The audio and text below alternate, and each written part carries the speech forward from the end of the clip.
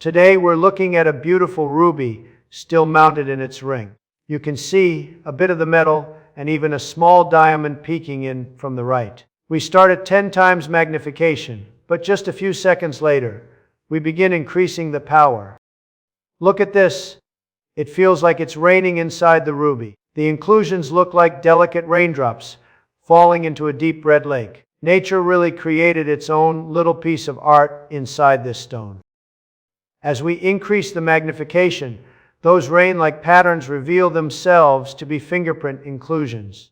In gemology, fingerprints are fluid inclusions trapped inside the ruby during its formation. They form beautiful swirling patterns that look exactly like human fingerprints.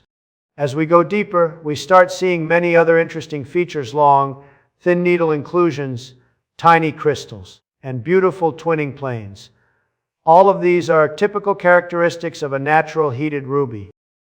At 200 times magnification, every single needle and crystal becomes incredibly sharp and detailed. This is the true beauty of ruby, its rich internal world.